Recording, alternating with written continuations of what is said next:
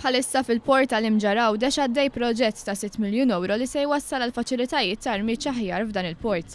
Il-proġett se jinkludi l-bini mill-ġdid tal-mollijiet ta' din iż-żona sabiex magħhom jitwaħħlu puntuni ġodda għall aċċessibilità aħjar, aktar sigurtà u madwar design post ġdid tal-irmiġġ tad-dgħajjes tas-sajjieda li ilhom snin twal jistennew dan l-ispazju.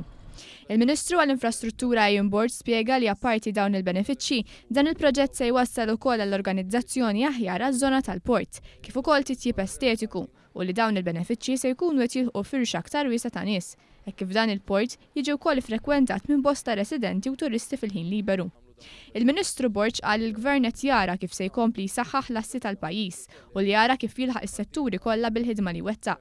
Huwa qal ukoll li b'dan il-proġett se jkun hemm ukoll gwadan ambjentali hekk kif se jsiru wkoll faċilitajiet ġodda s-separazzjoni tal-iskart li jiġi ġenerat mill-ħidma tas-sajjieda. Il-Ministru Borġ fakkar li din mhijiex l-unika ħidma tal-Ministeru. Tal-waqt se tibda ħidma fuq il-mollijiet fl-Imġarr ix-Xini u fil-Bajja ta' Santa Marija f'Kemuna u l-ħidma fuq infrastruttura marittima għaddejja bisħieħ f'Malta wkoll. Il-Ministru għal-Għawdex qalet li l-proġett ta' riorganizzazzjoni tal-Port tal-Imġarr fil-fatt hija wegħda fil-manifest elettorali u spjegat kif bis-saħħa ta' dan il-proġett mhux biss se jiżdiedu l-faċilitajiet fil-Port tal-Imġarr imma huwa wkoll parti minn proġett ikbar biex jiġu indirizzati l-isfidi li fih dan il-post li llum il-ġurnata sar żgħir wisq għall bżonnijiet ta' Għawdex.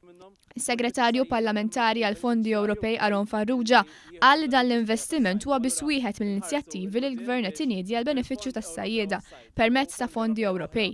Min-naħa tiegħu is-Segretarju Parlamentari għas-Sajt Clint Camilleri qal li l-iżjed li se jibbenefikaw minn dan il-proġett importanti se jkunu s-sajjieda għax se jkunu qed jitjiebu l-faċilitajiet tagħhom.